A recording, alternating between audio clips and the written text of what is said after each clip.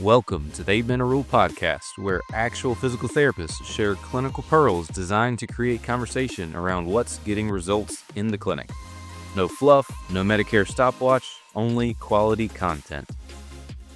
Welcome back to the 8 Minute Rule. I got Mark and Drew here with me. We want to do something a little bit different today. As most on here probably know, there's a new study that came out, I believe it was last week. American College of Sports Medicine created a new position stand on resistance training prescription for muscle function, hypertrophy, and physical performance of healthy adults. So one of the things we all did was kind of read over it, take a look at some things on it. Basically, if you haven't seen, the American College of Sports Medicine hadn't updated its position statement on this since 2009, and so they took, I think it was over 137 systematic reviews with over 30,000 participants and compared exercise versus no exercise, and really tried to take away just some bits and pieces over kind of all the questions over muscle hypertrophy, strength gains, obviously just what types of things they were using to be able to get there as well too. So let's just kick it around real quick.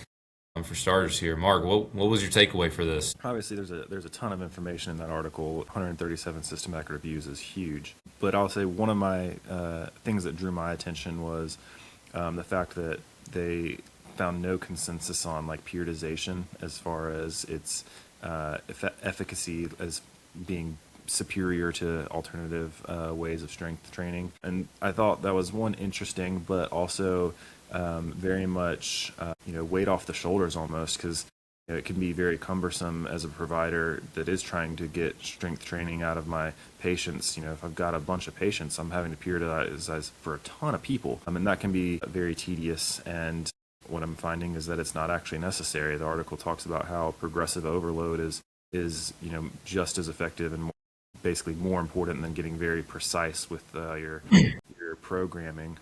As long as you're meeting certain thresholds as far as volume and intensity, you should be fine. And so as our profession, we do a lot of strength training for patients, and this can be encouraging that hey, I don't have to get in the weeds with all of this strength and conditioning concepts. I can just overload my patient and continue to track and progress, and they'll get stronger. Yeah, I think that's a great key for all of us, especially trying to put the weight of the world on our shoulders to quote unquote make everybody better. We really don't need to, and being able to go back to something like this and give it as extra evidence for our patients as well too is huge. Drew, what do you think? If I can unmute myself, I'll tell you. I think the biggest thing for me was looking at potential barriers to entry. It can be a little bit overwhelming for somebody when you talk about strength training, resistance training, how much should I do, how much should I lift? And kind of like Mark said, the simplicity of it. The other thing is looking at things outside of, do you need a squat rack? Do you need heavy weights at home? Do you need things like that? And you don't. Everything from home-based workouts, circuit training, using elastic bands at home to overload things, those all had measurable improvements in strength hypertrophy. It's safe for everybody. And so, the big thing is how can you find, or how do you begin without it feeling overwhelming? My guess is when people get started, usually they kind of start to enjoy it, they nerd out, and they want to get better and better at it. But that barrier to entry sometimes seems really high if you're talking to somebody who has been doing this for a while and has all of this knowledge around it. Really what you need to do is find something that you can use, some sort of a weight. I know when I work out with a group of guys, a lot of times we use a cinder block. That's one of our main weights. We use it over and over. If you have a floor, squat down, pick something up, go down, do a push-up, lay down on the floor and get back up. Now, in an ideal world, you probably want to have, all right, I want to do so many sets, reps, things like that. But I think the biggest thing is get going. You don't even necessarily have to go to failure, get fatigued, and then do it again. Do it a few times a week. It's not like it's every single day, but the consistency is kind of a key part to it of doing it most days of the week. Yeah, I think that was kind of where my mind was going a little bit as well too, is kind of the last part of that being the consistency, which is such a big deal. I probably talked about it 6, 7, 8 times with patients last week, just over the consistency over perfect programming. We've got a lot of individuals that we see that are kind of perfectionists, whether they just were at this level at some point and now they're not. And so biggest barrier for them is being able to see their way back to that level. I think just talking through as this shows, just starting to get consistent is a massive win.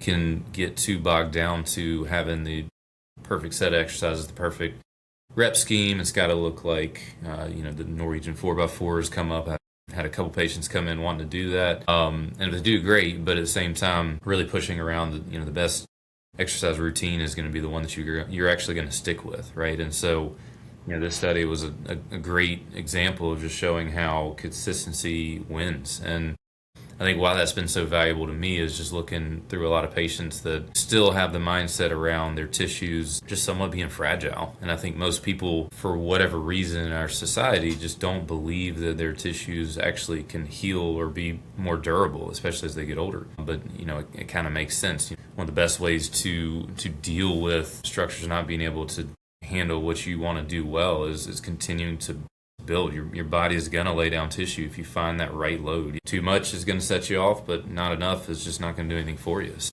your body's going to work for you, but consistency is going to be the big thing that's going to help your body figure out how to do that. Yeah, and to just touch on that more is like, patients, a lot of times they'll get on the train and they'll get going for, maybe they're good for 6 weeks while they're still seeing you, and then they kind of fall off of it. But I'm really encouraging to create these healthy lifestyles where this is just a part of what they do regularly. Now, scaling it out, if you go on vacation and you don't do stuff for a week, are you going to fall over and die? No. But like if you're consistent with doing your exercise and staying active throughout the rest of the year, like you are going to be healthier. Yeah, I love it. So other thoughts, I guess, for you guys. What are some other ways you can see this applying immediately clinically as you walk into your clinic today in terms of communicating with patients? Any specific conversations, any things that you guys are going to run with today? I think my biggest is, again, trying to get him past that barrier to entry and making it seem very achievable. When you're talking about the consistency piece, I'll often use the analogy of, if you miss brushing your teeth here and there, yeah, it might smell bad. You might think that's kind of gross, but you're probably not going to get a whole bunch of cavities by missing it one time, once a month or something like that. Is the consistency that's important. Now, if you miss it like once, twice a week all the time, now you're probably going to be in trouble. So how do you actually just get started? And this is maybe not necessarily from the article, but just personally, I hate flossing my teeth. And somebody told me one time, just floss one tooth. Floss one tooth. And that's all you've got to do. And then when you start, you'll end up probably doing more. And so getting them to be like, hey, it doesn't take much. I want you to do one exercise, and then here's kind of an ideal thing. But if you just get one, just get started and see how you feel. Because if you can lower that barrier, again, I think you're going to realize that people will be like, oh, that wasn't so bad. They're going to do more. They'll feel better. And then they'll continue, hopefully, go down that path to health. Because I think it said only 30% meet muscle strength guidelines. Like, that's just too low. So how can we get more and more people to hit at the minimal dose even? Yeah, I love it. Yeah, I think good takeaway there. I love the floss example. I use the little picks because I'm too lazy to cut off and do all this. And somebody told me once that it's not as good, and I said I'm not going to floss other way. So this is what you get. It's either this or nothing. So directly applicable to our patient care. So good stuff. All right, fellas, I appreciate the thoughts. Anybody that hasn't read it, go out and check it out. Until next time.